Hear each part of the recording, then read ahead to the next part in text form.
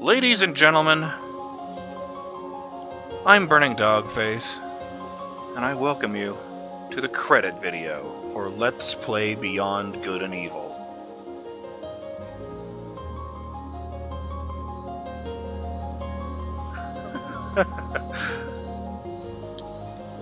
I'm gonna be honest, there were times playing this when I thought it was no longer, worth it. Thought it was an artifact of its time. Overrated. But looking at the whole picture, I think it's still a pretty rad game.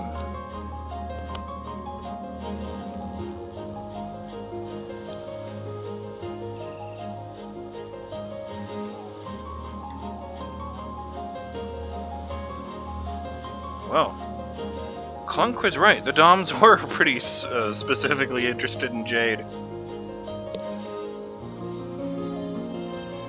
I never expected to be anything like that, and now I can understand why people have been begging for a sequel for 14 years. There are so many questions left unanswered.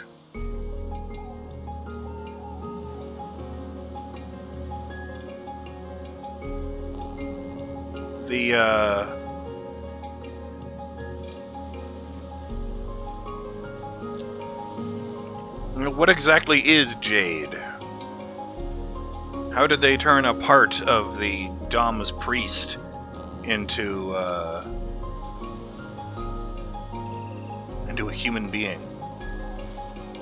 I started wondering if the blue-green trail that follows the staff whenever you swing was actually an artifact of Shawnee's power, not like something caused by the Daijo itself.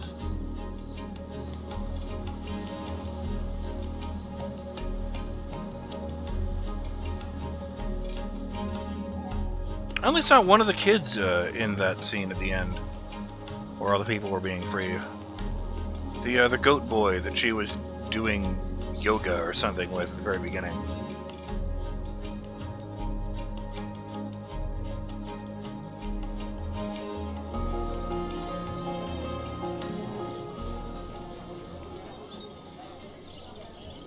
What are the Doms, anyway?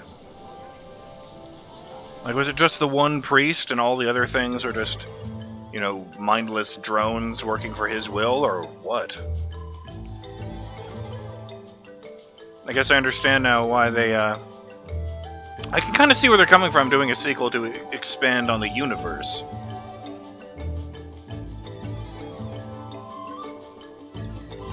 But yeah, I do kind of prefer the idea of seeing where the story goes. So I was very pleased to read in that comment that apparently they are planning a Beyond Good and Evil 3, where they'll move the story forward from this point instead of jumping backwards.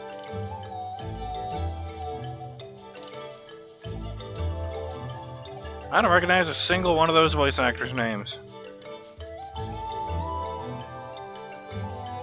I assume the big three ones are Jade, Pey'j, and Double H.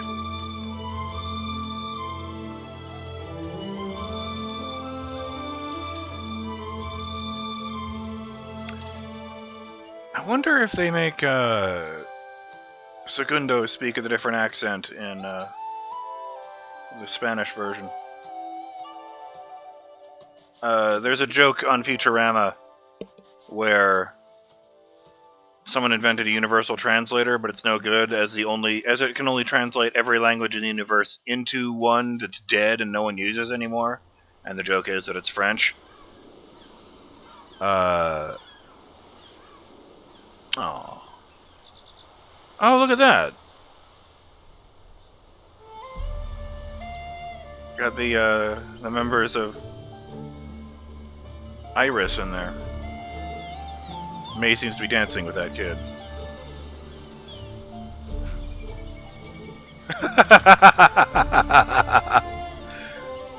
Okay, that's pretty funny.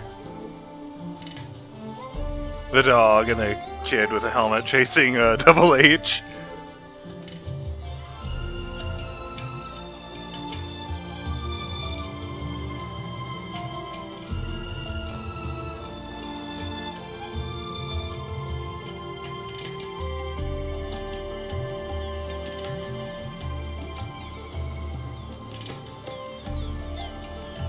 interesting, we saved the world before the last episode.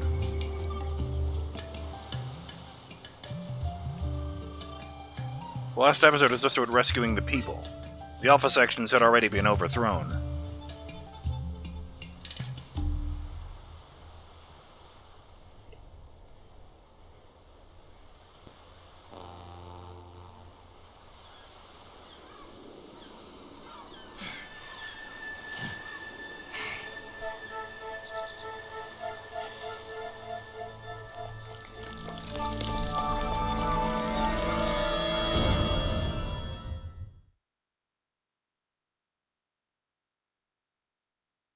Well, shit. Yeah, that's a reason to do a,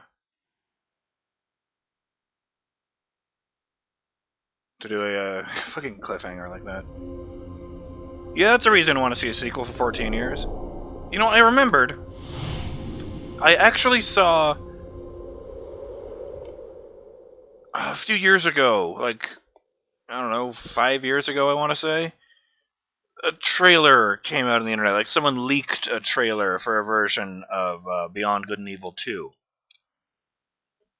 I never actually watched it because I'd never played this game before, so well, let's be frank, at the time I didn't really care.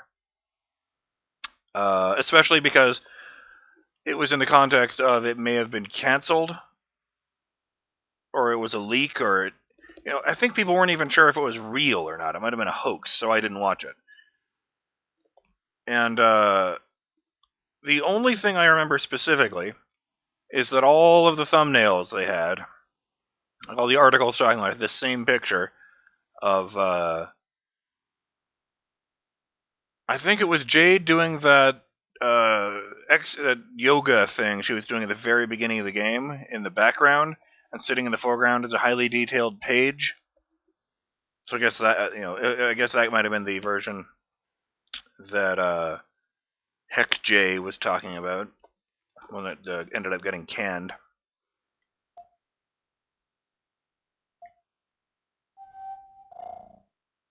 That's better. Controller controls.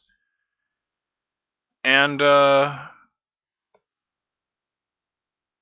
thought about that when I saw that Pey'j was dead, but I didn't want to mention it because, again, I didn't even know if it was real or not. So why not just be making an ass of myself talking about some guy's fan trailer for a game that doesn't really exist? I mean, people do make fake trailers for games they want to exist. I've seen... I don't really watch them myself, but I have seen trailers show up on YouTube for Dead Space 4 is a popular one. New Halo games. I remember one that for a while was actually confused with a real trailer, like some gaming sites made reported on it, was a fan trailer for, I believe they called it American McGee's Alice Returns. That was a number of years before... oh no, it was The Return of American McGee's Alice. Yes, that's right. And that was a number of years before Alice Madness Returns was even announced. And the funny thing is, I remember at the time thinking that The Return of American McGee's Alice was a better title than Alice Madness Returns, though obviously the latter grew on me. I did want to look at this. I peeked in there earlier. There's just one thing in the bonus menu, and it's a making of video, or making of text. I don't know, I didn't actually hit it. I don't know how long this is, but I'm going to at least start this for you guys.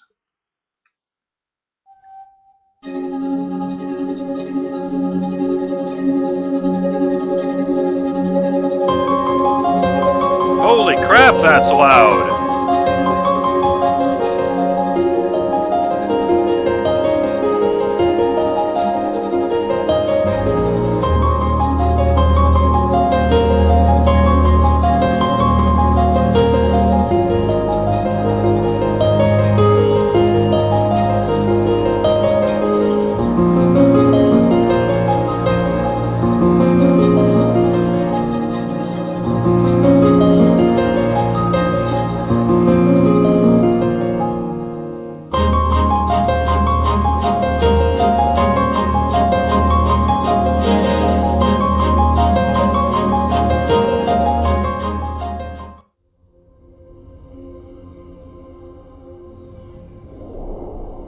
I took a screenshot there when the picture of the group shot came up. I'm gonna hit A again and see if it's if that actually ends there. Nope, it ends at that point, and that's fine.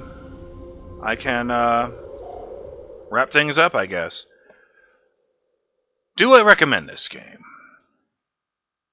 Well,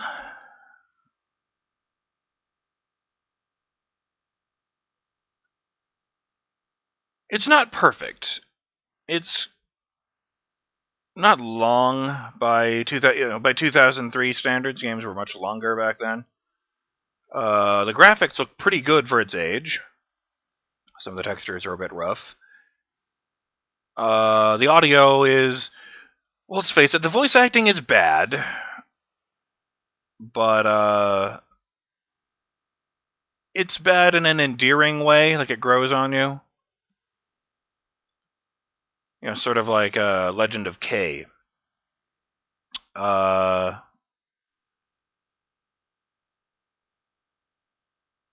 do I have to say? The scripting is a little off, but I don't know that that will really bother anyone who isn't a writer. You know, the grammar issues.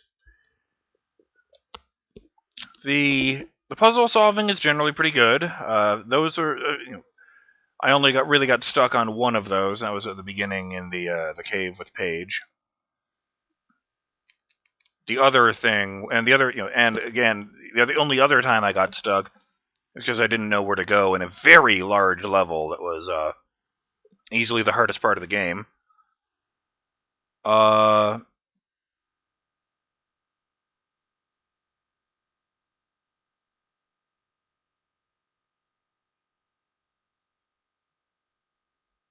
The combat isn't that great. It's really mashy. You seem to take a ton of damage from every attack, no matter how weak the enemy is. And well,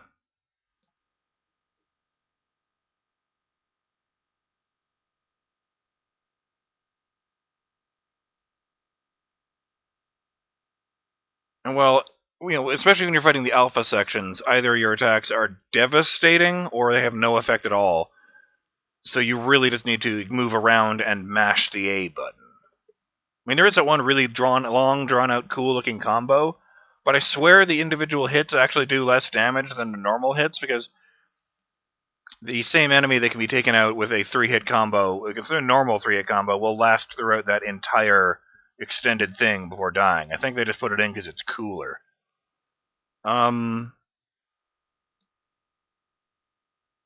The stealth stuff can be really frustrating, but can also be really satisfying. I really like the, some people said in the comments, the elevator thing was a highlight of that. Not too difficult, not too, prolonged. Honestly, the biggest problem for me was the controls. That, it was a mix. It was an even mix between the fact that it was all over the camera, really, in that the camera was either way too sensitive or definitely not sensitive enough. I don't know why they had that completely unnecessary change in sensitivity between, running around adventuring mode and stealth mode. But more than anything else, I didn't like the fact that in this PC version, in this version of it, the first-person camera stuff is completely jacked unless you're using the mouse and keyboard controls. So it was always a pain in the ass for me to have to put down the controller, hit shift, aim the camera, and click, and then pick up the controller and press a button in order for it to be registering again. Particularly when you're trying to take a picture of a hostile creature that is trying to kill you as you're doing that. I'm really pleased that I got a picture of the trilobites outside of that fucking fight, because that would have driven me goddamn crazy. I am really pleased that I got 100% of the animals, by the way. I believe it was Arizoko who commented that the lady from the science center was way too chill about the space whale. You know, you're saying, okay, that's fine, I'll file that, as opposed to, what the fuck? There's a whale in space? This is groundbreaking. I don't know. Maybe star whales are common in the future. So, yeah, good. There's a timer rushing me along, but I was about to reach the conclusion anyway. If you're interested in this game and you know it's got its rough edges, you know, particularly with the sequel coming out, if you're interested in checking out the history of that, then I would recommend you play it. But it does come with a caveat that you should, you know, that in order to do that, you will either have to put up with the hassle of getting your hands on a copy of the original PS2, GameCube, or Xbox versions.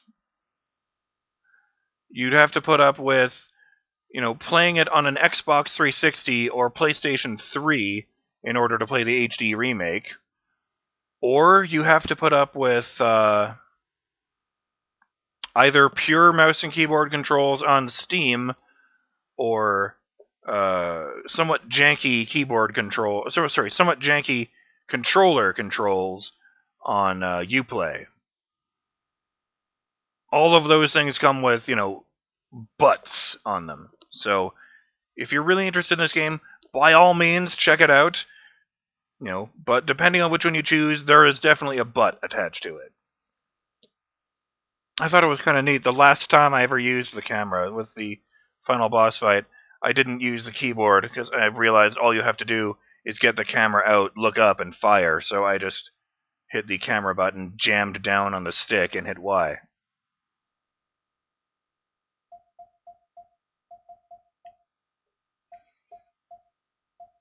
I think that's really all I have to say about that.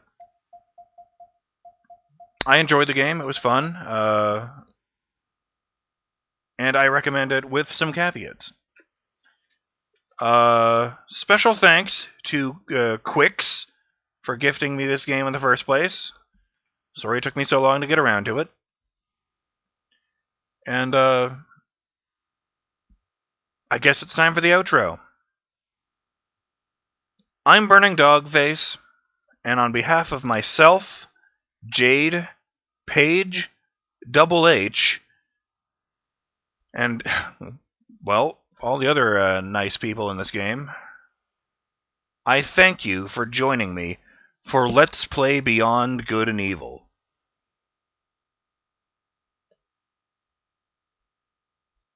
I hope you've enjoyed watching, and I hope you'll join me for whatever my next video series is. Later!